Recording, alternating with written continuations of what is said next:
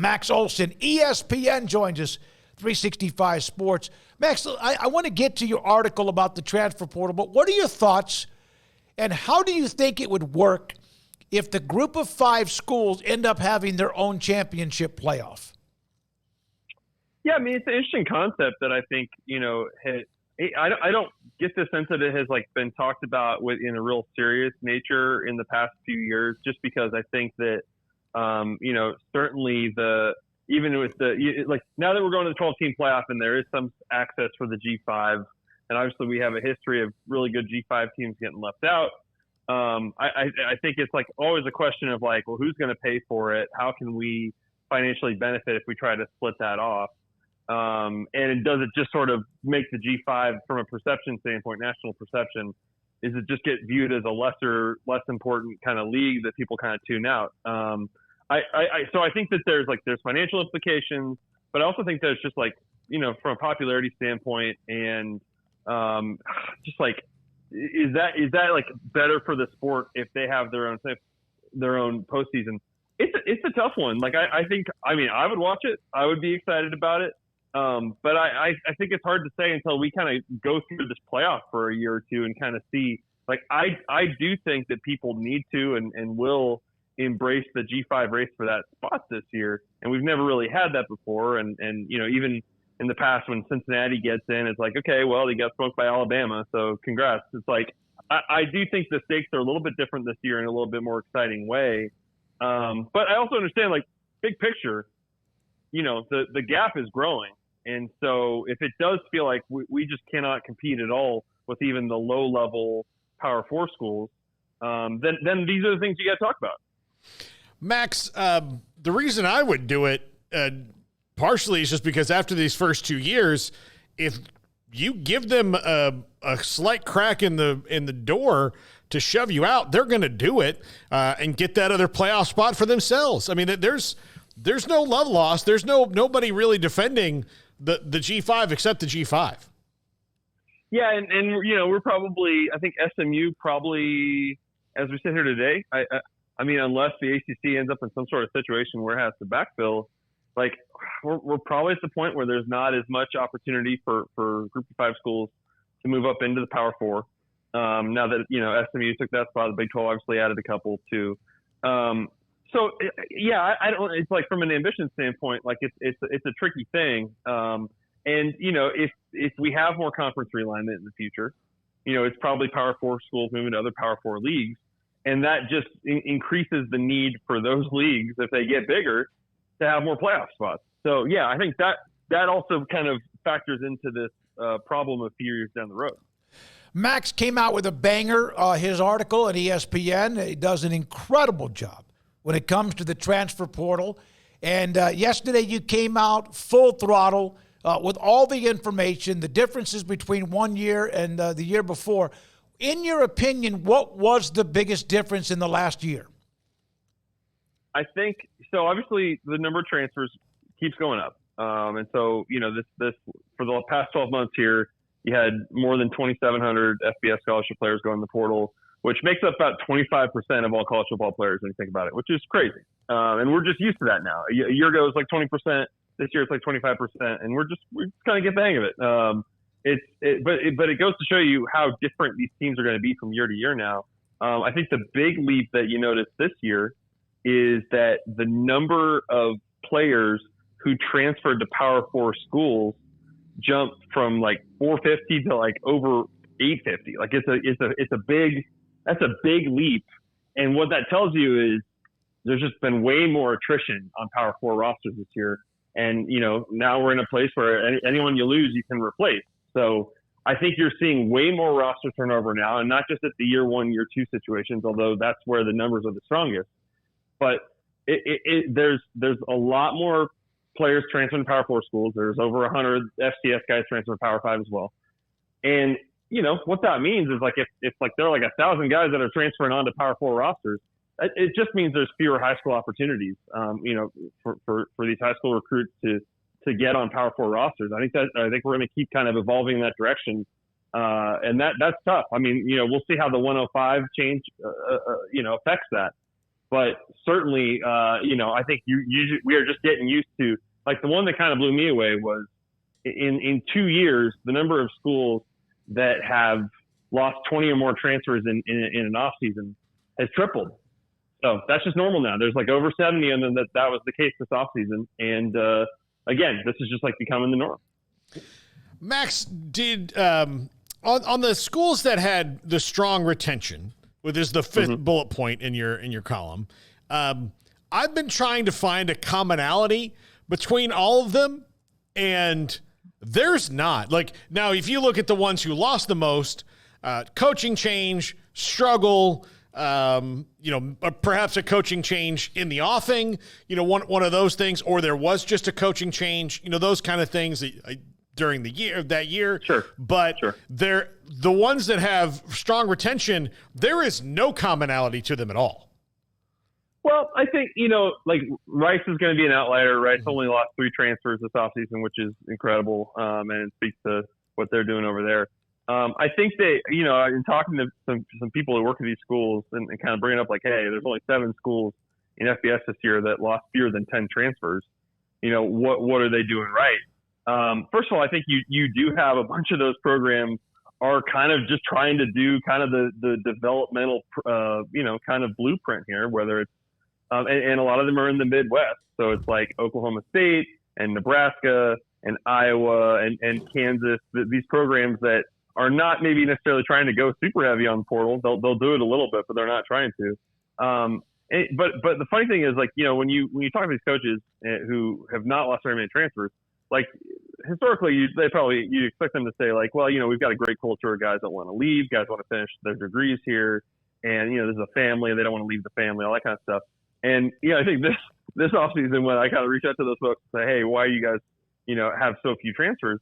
It's like, yeah, NIL, NIL collective. We had a good plan to retain our guys. We spent money to keep guys out of the portal. Like, that's just kind of what it is now. It's culture and it's cash. It's being able to, if you like what you've got, you've got to be willing to invest to keep guys and renegotiate and take care of those situations, before the portal opens. And I think some of those programs did a good job of that. Obviously, at a place like Oklahoma State, like, look, Ollie Gordon could probably go get $1 million somewhere, but Oklahoma State did a good job of taking care of him and making things right so that there wasn't some danger of him, going in the portal and, say going to like an Ohio State like we saw with Quinshon Judkins. So Colorado and Dion got a lot of attention for the transfer portal because they brought in so many. G.J. Kinney at Texas State, and there were probably 1 or 2 others. Are teams doing more of what they did than they did 2 years ago? Yes. Yeah, definitely. I think that it's easy to say, oh, you can just flip them faster now. But I think that we are seeing a lot more of that with coaching staffs that are in year 1 or they're coming out of year 1. There's just a lot more instances of like, okay, we're going to lose 30 guys this offseason. We're going to bring in 30 more. And, we're going to have a more veteran team that's got more leadership and got more guys that we recruited. And, sometimes it's a combination of, well, we lost a lot, so we had to add a lot. Mm-hmm. And sometimes it is just like, this is how we want to go about it. And so, obviously Colorado got a lot of heat, a lot of criticism for their approach. And look, there wasn't a program this offseason that cut 50 guys, right? Or cut 20 guys. There wasn't any that had like the attrition to the degree we saw from Colorado last year. But, you do see more programs like Alabama had 30 and Indiana had more than Colorado this year. And Indiana, I think, had 37. And that's Kurt Signetti having a plan and saying, I'm going to bring in 13 guys from James Madison. I'm going to bring in a lot of new faces here and get this thing flipped and we're going to win. And I think that you are seeing more people trying the prime blueprint. And, we're going to be very interested to see, how much of a difference does that make from a win standpoint. But yeah, I think having the way the roster rules are set up now, if you're starting over on a job, you're taking a very different approach now.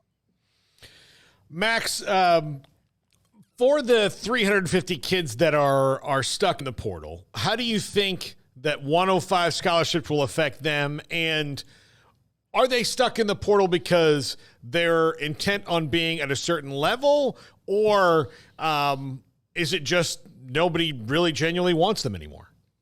Yeah, I mean, I think it's a mix of factors there. You got some guys that have academic problems and just don't have the grades to be able to transfer into a place. You got guys that have, injury or health problems. You've got legal issues. You've kind of got a mix of, just a bunch of guys that, they've been in the portal since December or since April, and teams just kind of can't figure out a way to get to bring them in and make it work. And so for those players, I think at this time of year, certainly we're in the middle of camp. So for those players that haven't announced where they're going, and as I wrote the piece, it's more than 350 guys who are on scholarship at FBS teams last year. You really hope that they find a spot at an FCS school or a D2 school or a junior college, or if they're taking a year off, that they go back in the portal in December and find something that works. I think at this time of year, it's going to be tough to find, a full scholarship, obviously. But, I think the 105 part, that I'm just very curious about, because I think that you even heard Kirby Smart say, like, they're not going to do 105. I think Kirby Smart still wants to have walk-ons at Georgia. And, I think that there are still some coaching staff that are like, we need, 60, 65 or 70 more than we need 105. Like, I think once you get into the season, you put guys on practice squad and stuff like that. The travel roster doesn't need to be that big. So I'm curious to see how coaches build their classes this offseason and how they recruit to that. Are you having to kind of let some guys go to get down to 105?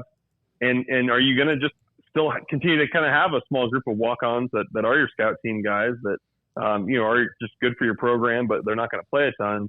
Or do you see programs that view this as, hey, we can finally recruit over 85? All right, so I want a clarification on that because, again, I'm pretty good at math. So you could have 105 players on scholarship and still have walk-ons, or is it minus whatever you don't have on scholarship that you could have walk-ons?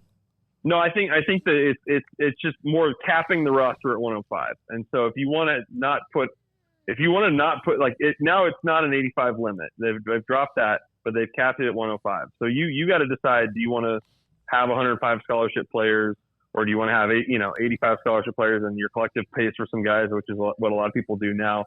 I think it's more about kind of figuring out what's the right composition of how many guys you actually need to be paying for. Okay. I kind of read that the first time, and I think the history of the walk-on and sometimes the great stories that come with that, I hope that doesn't get like completely eliminated. It doesn't seem like it will be, but I hope that tradition doesn't get eliminated, because those videos that like mid through the year or at the end of the year or whatever, when someone's placed on scholarship at the end of like in November, those just, to me, that's just awesome. Maybe that's just the innocence of me. Yeah. They literally make my wife cry like every time, man. Like even if you just kind of you watch college football but you're not addicted to it, like how could you not love that? Yeah, I think that like I hope obviously Kirby Smart was one of those kinds of guys back in the day. Like I hope that those guys, I hope that they still care about maintaining that tradition in their program, and that you don't have coaches just saying, well, the NCAA changed the rules, so now we can't. Like, I think that,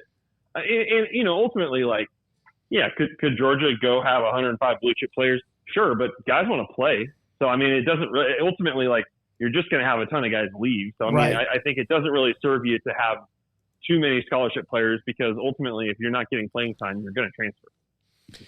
Max, couple weeks before the season, actually a week now, with the games kicking off next week, which game will you be on the road much this year, or which is the first game you get to go to? I think I will be on the road a little bit this season. Yeah, I haven't mapped out the whole schedule here. I think the first one I'll be at probably will be that week 2 night game, Colorado at Nebraska, which is going to be spicy. I think that's going to be a lot of fun. And it's going to feel like, I think for both fan bases, that's going to kind of feel like a game that it's not necessarily a must win. It's not a conference game, honestly, but you feel like you got to win that one. And so I think that that's going to be a heck of an environment. And I think I'll be on the road. I'm sure I'll be at plenty of Big 12 games as usual. And I'm excited, guys. I still can't like, Paul, have you like wrapped your head around you're going to be watching the Seminoles next weekend? Yes, I have a fantasy draft at the same time, and so how in the world? I know. I'm discussed this. You still haven't gotten onto that. I tried to move the day or the time of the day, oh my gosh. it's going to be tough. Max, I tried everything I could do to find somebody to pay for me to go to that game, and no one was interested. So I'm going to miss the Aer Lingus College Football Classic this year, and that's a bummer. But I'm anxiously awaiting it, but also. Now that they're good again, I remember the feeling of, now I watch everything equally optimistic and pessimistic. Like I'm happy. Well, at least you have optimistic in your language or repertoire, because Max and I have pessimistic only when it comes to Nebraska, right? I don't know, man. It's going to be an interesting team this year. I hear nothing but good things about Raiola. So I think you got to keep them healthy, but I think they feel like they're going to be a lot better. Yeah, I just want you guys to be where I am, to where a 3-point loss to a team that's just kind of good is now tragic, because that's where it is in my brain after 13-0. I can't. Paul, you are part of the afflicted group now of like, okay, 12-team playoff. Like, do you need to be in the playoff every year? Yeah, that's the thing. My thing is at least be close. Like if you don't get in, at least be like make it to the Florida State. Yeah, but no, I mean every year, like that's kind of I think it's unrealistic to think that even at 12 teams, like if they're not in the 12-team playoff, the only thing I'll accept is be 15th or 16th and be just outside of it, but not like if they're not even close to a 12-team playoff, then I'll just fly into a rage. I get that. Wait a minute. That's the scary thing of raising the expectations, which is what they've done for you. I thought, are you not the same person that discusses? Of course, we don't get into the Cowboys. No, I thought your standards have changed. No, my point is, look, I'm not going to remember a season. Like I honestly, had Florida State lost the national championship last year after going to the playoff, I would have thought of that season as it makes me sad for a different reason. I'll always remember this last year because they got screwed. But if you have a season where you don't win the national title, I'm not going to look back on that warmly. No, I'm talking about making the playoff is what I think. Max, if you're not in the 12 annually, is it a disappointment? It's got to be pretty close. Like, again, where it wouldn't be a massive disappointment is you have a 2-year run where you keep finishing 15th. Like, all right, well, that sucks, but there can be extenuating circumstances for that. But if you go 5 years without getting in, then yeah, I'll be mad. It's 12 teams. You're Florida State. Come on now. Yeah, I agree. Yeah, I mean, Florida State's kind of in that spot. If you're a Florida State fan, it's like we've built this roster up. We've got a great coach, one of the best in the country. We've got a great team. And you probably think Clemson's on the decline. You probably don't have a ton of respect for Mario. Like, you probably think we got to be in this all the time. Yeah, that's you've spoken my truth. But not the expectations of a Georgia, Alabama, Ohio State, and possibly even if Texas can follow up last year with another nice run this year. But I've been there at that point in my life, and it's fun and terrifying. Yeah, it is. It wears you out. It's like skydiving with a drunk instructor where it might be okay, but or skydiving without a jacket, without a parachute. Yeah, Max, great stuff, man. And I know ESPN's thrilled to have you, and we're always thrilled to have you on the show whenever we can. We appreciate it. Keep doing what you do.